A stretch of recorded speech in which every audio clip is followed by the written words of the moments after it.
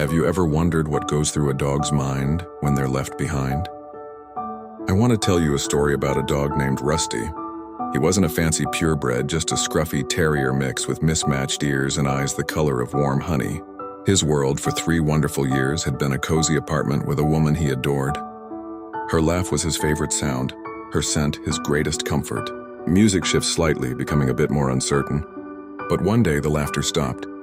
The apartment, once filled with warmth, grew cold and empty. Boxes appeared, stacked high like mountains he couldn't climb. He'd nudge her hand with his wet nose, tail wagging cautiously as if to ask, "Are we going on an adventure?" But her eyes were always sad and her touch felt distant. Then came the day of the car ride. This wasn't a trip to the park. The air was heavy. They drove for what felt like forever until they reached a place that smelled of fear and other dogs. She knelt down, her tears dampening his fur. "I'm so sorry, Rusty," she whispered, her voice cracking. "Be a good boy." She clipped his leash to a fence, gave him one last desperate hug, and drove away. He didn't understand. He just sat waiting, watching her car disappear, convinced she was coming right back. Music becomes more determined, a little hopeful. She didn't. Days turned into a week. The shelter was loud and lonely.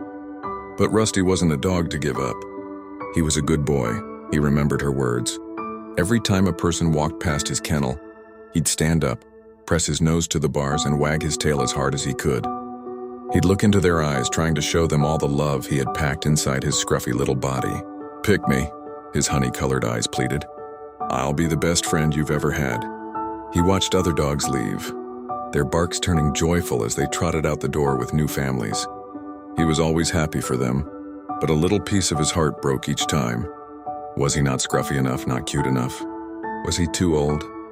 One rainy afternoon, a young couple walked in, soaked and quiet. They looked tired, maybe even a little sad themselves. They walked past his kennel, then stopped and came back. The woman knelt down just like his first owner had. But her eyes weren't full of pity, they were full of, well, it looked like understanding. Music swells, becoming warm and uplifting. "Hey there, fella," the man said softly. Rusty, feeling a flicker of hope he hadn't felt in weeks, gave a gentle thump-thump-thump of his tail against the concrete floor. He licked the woman's outstretched fingers through the bars. There was no big, dramatic moment. It was just a quiet connection, a silent agreement. An hour later, Rusty was in a car again. But this time, the air felt different. It felt like hope. He sat in the back seat, his head resting on the woman's lap, as the man drove them towards a little house with a big green yard. As they pulled into the driveway, Rusty knew. He just knew.